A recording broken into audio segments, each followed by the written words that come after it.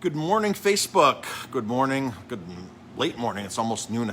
It's almost noon. It's almost noon o'clock. It is almost noon. It's almost 12 noon Sunday.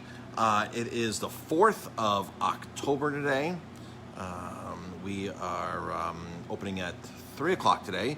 On the weekends, we open at 3. I wanted to do this Facebook Live earlier today. Just haven't had a chance. So I've been doing a bunch of work. We catered a wedding yesterday, our first and only wedding of the year so far. And it will be our only wedding of the year. The next year we have a few weddings booked from people that were supposed to have weddings this year. So Jamie did the wedding last night. We were very busy at the restaurant, and I just want to share a story last night that's kind of funny, sad, about a guest who came in last night.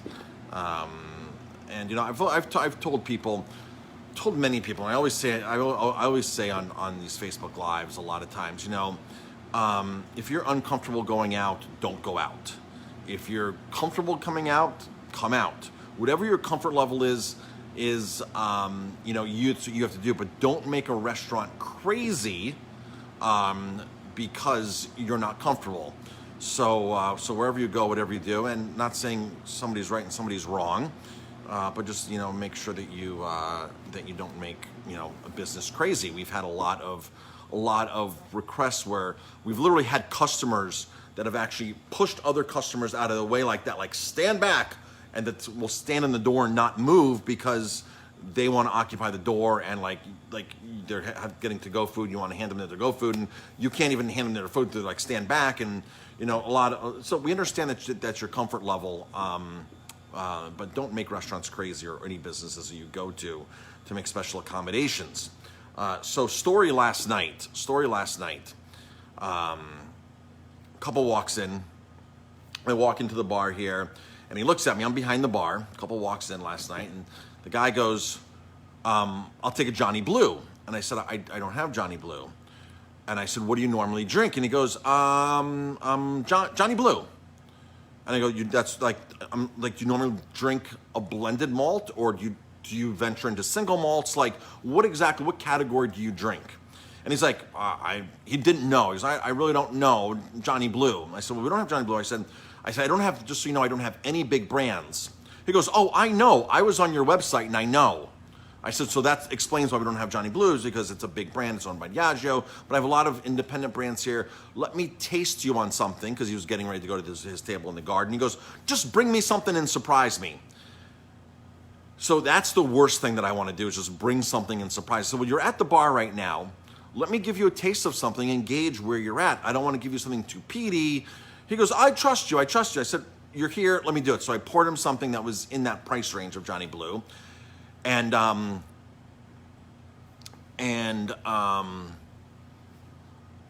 he said to me, he was like, oh, the initial reaction was, you know, so I was like, okay. He wanted to go to his table. So it's okay. He went to wait, the server took him to his table. And then the server comes to me a few minutes later and goes, he wants that whiskey. I go, he wants that whiskey? I didn't think he liked that whiskey, but he wants a whiskey you tasted it on. So I said, okay, rocks or no rocks? She goes, no, he wants it neat. He wants it straight up. He wants it straight up, no rocks. I said, okay. So he ended up having two, one with rocks, one not with rocks. And then he ordered, he tells me while he's at the bar, he goes, I'm a foodie. I'm a big foodie. I'm from New York City, and I'm a big foodie. So then one of the staff comes to me and they go, Marcus, can you cook the pears? Can you cook the pears that are in the pear salad? I said, I could cook them, but it's a busy Saturday night, and to stop and cook pears for the salad and to cool them, I said, that's a lot. It's not just that easy, just all of a sudden just cook pears. And I said, what table is it? So he goes, it's this table. I went out to the table. Lo and behold, it's the table that the guy was with the whiskey. So I go to the table and I'm like, you want your pears cooked? He goes, I'm a chef. He goes, I'm a chef from New York City, and when you cook pears, you concentrate the flavors. I said, yes. And I said, we also use ripe pears. He goes, oh, I know you do, but I want my pears cooked. I said, okay, I'll cook them. Just take a few extra minutes. I'll be happy to cook your pears for you. So lo and behold, he spoke to me, he spoke to the waitress, and he spoke to the busboy about his food. So again, a big foodie and a chef from New York City. So he's just, talking away at a good game and everything. So apparently at some point he told the busboy that he doesn't like blue cheese and he doesn't want blue cheese in his salad. Well, the busboy's not the one who takes the order. The server takes the order, but he failed to tell the server that. Because when the busboy came to the table, he started asking questions, and the busboy started answering questions. And that's when the busboy got me involved about the cooked pears. The server goes to take his order. He doesn't tell the server no blue cheese. So his salad comes out with cooked pears and blue cheese. Turns out he ate all the salad. And then all of a sudden I heard that his salad was screwed up and that it was supposed to not have blue cheese in it. And the server's like, he never told me. So I go to the table and say, I'm sorry about your salad. In the meantime, he ate it all. Sorry about your salad. I would have been happy to make you a new one. I would have totally made you a new one right away. You should have said something. He goes, no, I ate it. He goes, but I don't like blue cheese. And now my taste buds are off. He goes, now my appetite's kind of ruined, is what he says to me. I said, well, I would have been happy. I said, I didn't expect you to eat something that you didn't want. He goes, well, I told the guy. And I said, well, the guy's the bus boy. He's the bus boy. He goes, well, I didn't know that. And I said, well, the server took the order from you. She took it. And he's like, well, I didn't know that. And I said, well, I said, well, you're a chef, right? And I go, this is what happens in restaurants. When you start talking to 3 different people about your order, it kind of gets confusing. Because like when you talk to me about your order, you said nothing about blue cheese. You're not liking blue cheese.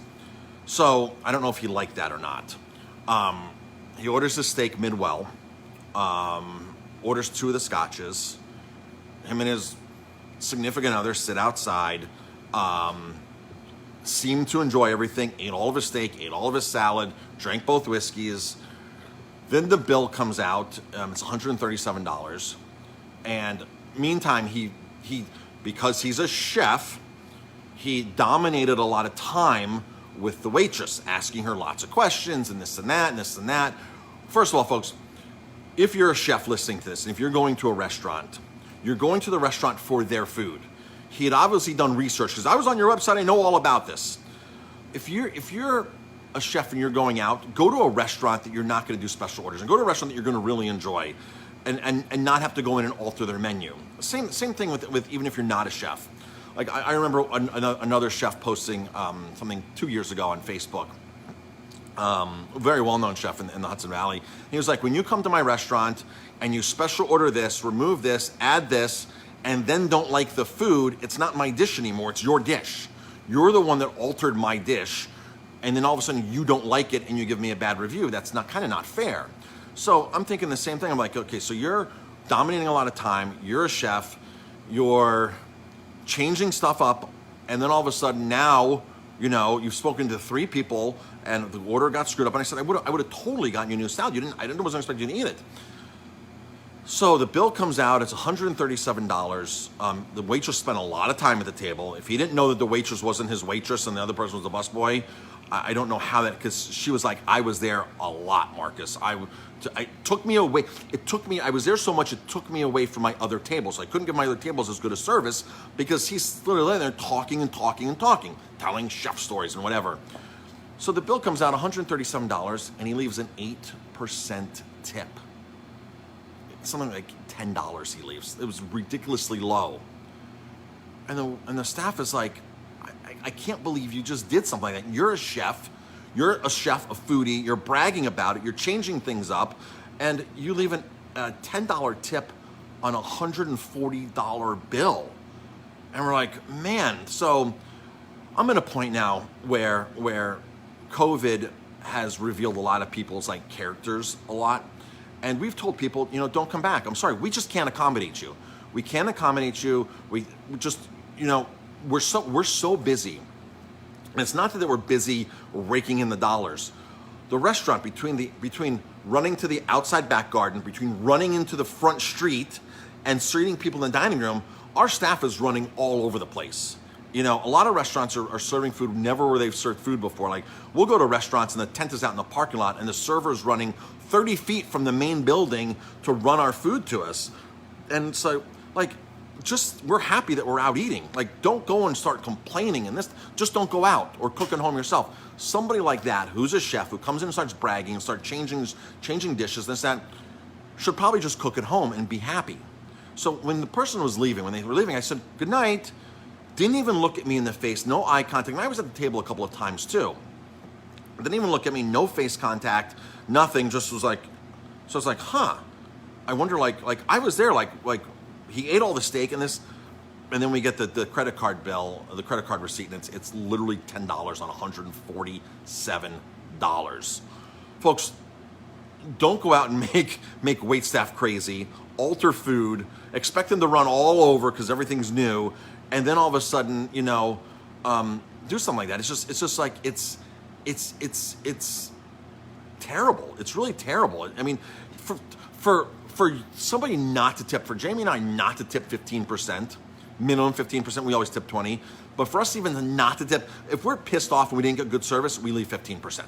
That's like, okay, you would have gotten more, but you got the bare minimum because tipping is part of the deal when you go out. Very, very, very, very, very, very, very, very, very, very, very, very rare. I don't think, there's probably not been any times that we just have not tipped because, and we've gotten some really, really, really, really bad service. Somebody's saying, Chrissy's saying, that's the level of gross entitlement. You're right, entitlement that no one should have to deal with. So it was, and you run the staff, it's crazy. I'm a chef. I know I'm very particular on food, very, very particular on food, but I don't run restaurants crazy. I don't go out and I don't do that. And, I pick a restaurant that can accommodate what I'm looking for, my needs or whatever. And then based upon that, Jamie and I pick going to that specific restaurant. How's it going? Good, thanks. Good. I'm just doing a Facebook Live. Okay. Oh, Rishi? Are they good? These are... Are these Rishi? They come off a pine tree? What do they come off of? I'm not sure what kind of tree that was dead. Did you clean them up a lot? No. You didn't clean them up? Nope. Huh. They look like, first look, they look like Rishi. Wow. They look like Rishi. Those are great ones, right? But, yeah. They look like they were cleaned up a little bit, no? No, that's just the way they were in the woods yesterday. Wow, okay. Would you like some? Give me a couple minutes. I'm just going to finish my Facebook Live. All right, and great. Yep, Jamie's in the office next door, I think. All right. So, yep. The mushrooms I have on the back table, if you look at the back table, those are mayatakes. Let's see. Enough of this chef who ran us ragged yesterday and left a pathetic tip. So if you'd have a bad experience at a restaurant, folks, if you have a bad experience at a restaurant, say something to the manager. So people the other night they didn't pull me aside. They said to the server, the food here's, not good tonight. And they've come in many times. The food we didn't like the wings. We didn't like this. And they were complaining. So I went to the table and I said, they know who I am. And they were kind of like a little embarrassed that the server told me. But I went and I said, I'm so sorry. What happened? Your wings, we don't like them. We like the old wings. The lobster and shrimp scampi, it's too liquidy. We don't like it. Just didn't like anything. And it was weird because when they walked in the door, when I said hello to them to begin with, even Jamie said, they seem a little off tonight. They don't seem like their regular self. So I went to the table and I comped everything. I said, thank you for letting me know. And they're like, well, we didn't want to say anything to you. I said, no, you have to say something because I don't want you not to say anything, leave here, and then never come back. That's not what I want. Like, we didn't come in today and say, no, whose wings are we going to cook bad and whose lobster and shrimp bruschetta are we going to cook bad today? I said, I said, that's not what we did. I said, I'm sorry you don't like it. There's no bill. And the first thing they said was, we want to tip the waitstaff. Can we? I said, absolutely. Thank you very much. I appreciate you tipping the waitstaff. Because a lot of times people will get something comped and then they leave zero tip. When people comp something from me, I feel like I should leave more of a tip. And I do. We leave more of a tip when we're comping, even if it's something that's bad, because they took care of it and they took it off my bill. And so the title of this video is, I'm waiting for my 1-star review, because I'm sure this person's going to go online. I should probably look them up on Yelp or TripAdvisor because I have their name, because obviously you call and make a reservation and leave your name and number. So of course, I know who the person is, so I can go look them up, you know, on one of those review sites and see what kind of reviews they write. Um, so, so I said to the couple that was out back, you know, that I comped everything for, I said, no, I want to know that. Because the last thing I want is you leaving here, having a bad experience. I said, you've come in a lot this summer, is leaving here and saying, we don't want to go back there because this was bad and that was bad. Was it even legitimate? I don't think it was legitimate, but they didn't like it, they didn't eat it. So, you know, the wings at the same point, we served them to a guy at the bar who's been coming here for 15 years. He goes, Mark, these are the best wings that you've had. These are like the best because we just upgraded to an organic wing, a local wing, and we still smoke it, and we leave the whole wing, all 3 joints on, all 3 pieces. And he's like, these wings are amazing. These are the best wings I've ever had here.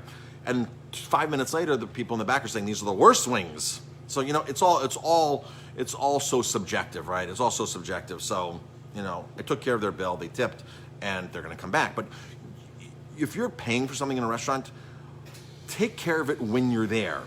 We blame the younger kids and everything for not being able to communicate, people not being able to communicate. When a lot of times, and it happens to me too, people walk the table, the waitstaff, oh, how's this, how's that?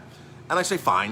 And I'm like, darn it, it's not fine. And I just automatically just spurred out fine to them, automatically just spurred out fine, and it wasn't fine. I should have said something. Why didn't I do it?